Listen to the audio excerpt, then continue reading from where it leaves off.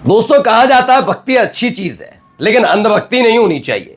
लेकिन क्या करें, जब जिसकी कृपा से मिलेगी आपको बड़ी वाली कुर्सी, तो कैसे उसका कल्याण नहीं करेंगे, कैसे आप उसका बेजा इस्तेमाल करके फायदा नहीं पहुंचाएंगे। ये हो सकता है क्या? तो अब वही चीज पकड़ ली गई। मैं फिर कह रहा हूं, देर आए दुरुस्त आए, क्योंकि जब ये पूरा मसला उठा और पहली नियुक्ति ज्ञानेश कुमार के तौर पर देश के अंदर उस कमेटी जो खुद ही पक्षपातपूर्ण है उसके तहत हुई, तब से लेकर अब तक कितनी जगह चुनाव हुए।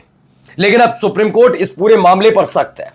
सुप्रीम कोर्ट के अंदर नीति नियम और हवाले दिए जा रहे हैं, जिससे कैसे भी करके अपने लाडले ज्ञानेश कुमार को बचा लिया जाए, जो एक पक्षपातपूर्ण कमेटी के तहत इस देश के चुनाव आयुक्त बने हुए हैं और विपक्ष की सारी अर्जी, मांग, आपत्तियों और शिकायतों को सिरे से खारिज कर देते। बस बीजेपी के, छोड़िए नागपुर वाला, इधर दिल्ली वाला, ये नहीं, कोई लोकल से लोकल भी दफ्तर की शिकायत पहुंच जाए, तुरंत कहते हैं ये बात तो सही कही। अब इस चीज को पकड़ लिया गया है। सुप्रीम कोर्ट के अंदर सुनवाई के दौरान सुप्रीम कोर्ट ने जो टिप्पणी की है वो किसी गुस्से से कम नहीं है। और आने वाले दिनों में अगर भाई साहब की कुर्सी जाए तो जाए, भाई साहब यानी कि ज्ञानेश कुमार के कार्यकाल में जिन जिन राज्यों में चुनाव हुए वो भी अगर रद्द हो जाए तो बड़ी बात नहीं है, क्योंकि इस बार सुप्रीम कोर्ट किसी भी नीति नियम को सुनने या मानने के लिए तैयार नहीं है, जो लगातार बीजेपी और खास तौर पर मोदी सरकार की तरफ से बताए जा रहे हैं। अब तो सुप्रीम कोर्ट भी कह रहा है कि भैया, इससे ज्यादा पक्षपातपूर्ण कोई हो ही नहीं सकती कमेटी। यहां पर दो सदस्य खुद ऐसे हैं जो फैसला लेने के लिए एक ही साथ खड़े नजर आएंगे। तो ये कैसी कमेटी है? नमस्कार, मैं हूं प्राज्वल गौतम और आज आपको दिखा रहा हूं कि ममता बनर्जी वाले मसले को लेकर ये पूरे देश के अंदर माहौल क्या बन गया। चुनाव तो महाराष्ट्र में भी हुआ ना, चुनाव तो हरियाणा में भी हुआ ना, चुनाव तो दिल्ली में भी हुआ ना, चुनाव तो अलग अलग जगह हुआ, लेकिन खास तौर पर पश्चिम बंगाल में भारतीय जनता पार्टी की जीत ने खास तौर पर बीजेपी को टेंशन में डाला तो डाला, लेकिन उनके लाडले ज्ञानेश कुमार को भी टेंशन में डाल दिया है। कैसे इस देश के नीति नियम को खूंटी पर टांगने का काम किया जा रहा था।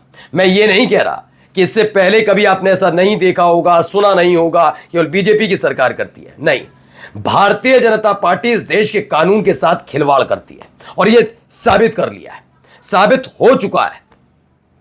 दरअसल हमारा देश क्या है, पहले बताइए। हमारा देश दुनिया का सबसे बड़ा लोकतांत्रिक देश है। लोकतंत्र की पहली प्रक्रिया क्या है?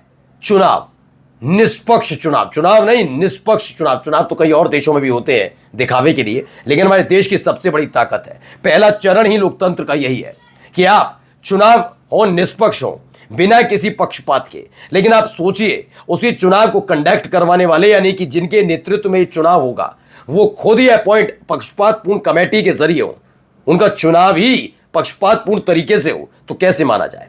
देखिए, सुप्रीम कोर्ट ने क्या कहना शुरू कर दिया। Why should selection panel for election commissioner include cabinet minister, third person must be neutral. Supreme court ने साफ साफ लफ्जों में कह दिया कि भैया, जो सिलेक्शन पैनल है, सिलेक्शन पैनल जो है, जो इलेक्शन कमिश्नर्स को नियुक्त करता है, इसमें ऐसा क्यों है कि इसमें कैबिनेट मिनिस्टर को रखा? मतलब क्या सोच रहे हो आप? समझ में नहीं आ रहा। मैं कह रहा हूं, पहले बात तो सुप्रीम कोर्ट को इसमें बहुत पहले संज्ञान लेना चाहिए था, लेकिन अब चलिए, पश्चिम बंगाल के नतीजे के बाद आए तो ठीक है, लेकिन जल्द सुनवाई भी करें। उन्होंने पूछा है कि इलेक्शन कमिश्नर्स की जो नियुक्ति हो रही है, इसमें कैबिनेट मिनिस्टर क्या कर रहा है, जबकि पहले से ही सरकार का पक्ष रखने के लिए प्रधानमंत्री हैं, विपक्ष का पक्ष रखने के लिए, विचार रखने के लिए, सुझाव देने के लिए नेता प्रतिपक्ष हैं। तो एक कैबिनेट मिनिस्टर क्या कर रहा है?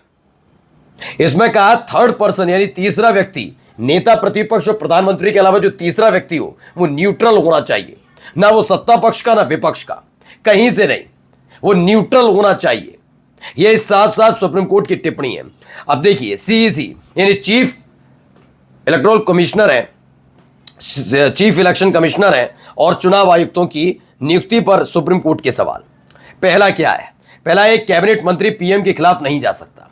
यह बात हमने तब भी कही थी जब ये पूरी की पूरी कमेटी बनी थी, जब हमारे देश के मुख्य न्यायाधीश को इस कमेटी से बाहर किया और कैबिनेट मंत्री लाए थे। मैंने बस एक सवाल तब भी पूछा था, मैंने बस इतना पूछा था, बहुत राष्ट्रवादी सरकार है ना, बहुत अच्छा निष्पक्ष है, हम ईमानदार हैं, हम ये कभी नहीं करते, ये पता नहीं ऐसे लोग हैं।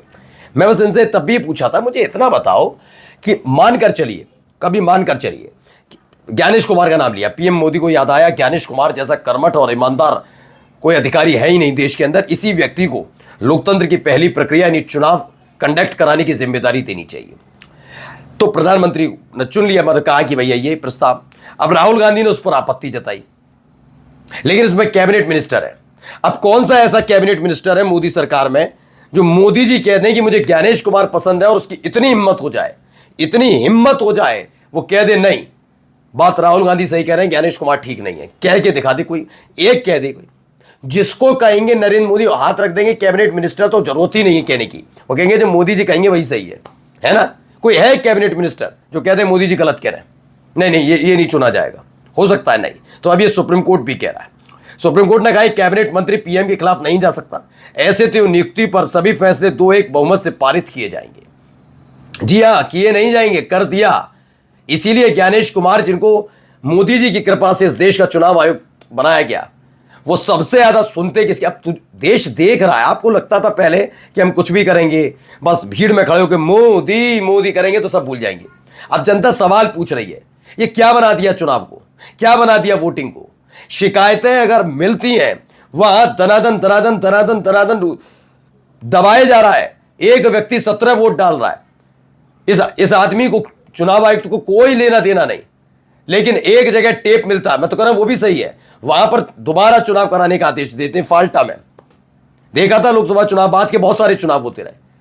तो आपने क्या बना दिया चुनाव को? मजाक बना दिया। इस देश की जनता देख रही है उनका अधिकार कैसे छीना जा रहा है। हां, अधिकार छीना जा रहा है, यह बात सच है।